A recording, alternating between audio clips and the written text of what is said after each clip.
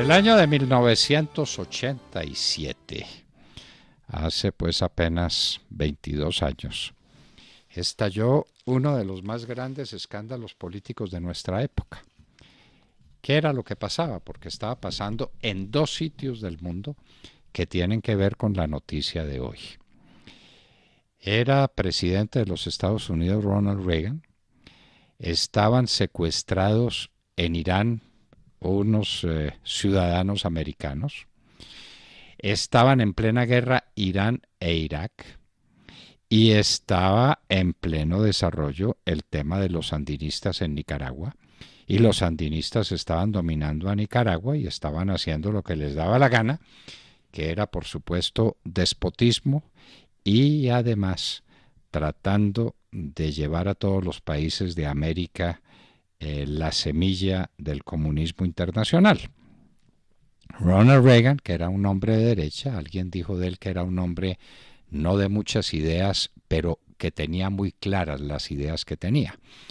Ronald Reagan, uno de los grandes presidentes que ha tenido los Estados Unidos en la historia, decía, bueno, ¿y yo cómo voy a manejar este asunto? Porque el Congreso de los Estados Unidos había prohibido darle cualquier dinero a Irán en su lucha con Irak y darle cualquier dinero a lo que se llamaban los contras, que eran los contrarrevolucionarios que se estaban enfrentando a los sandinistas que ya estaban en el poder después de una guerra que los condujo, con la complacencia general del mundo, a derrocar a Anastasio Somoza Debayle.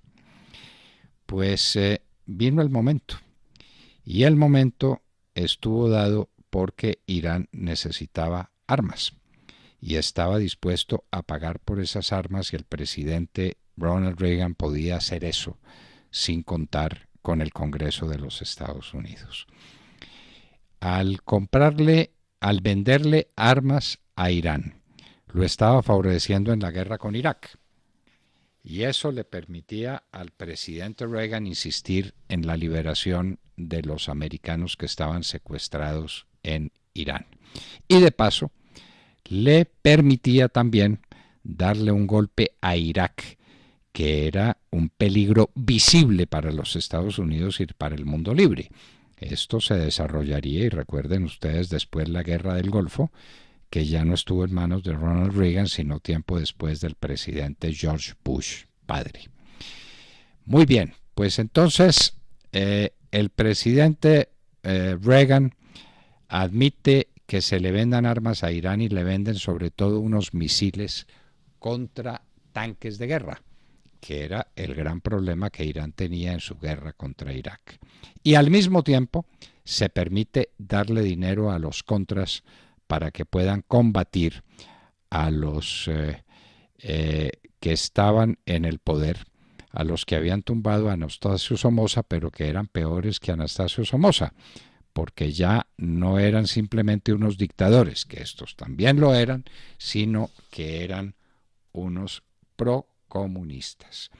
Un proceso democrático, entre comillas, que se iba a cumplir en Nicaragua, donde era la candidata de la derecha defendida por los Estados Unidos, la señora Violeta Chamorro, que finalmente sería elegida presidente de la mano, hay que decirlo, de los Estados Unidos, del empuje de los contras y de la sublevación que había en todo el país contra los sandinistas.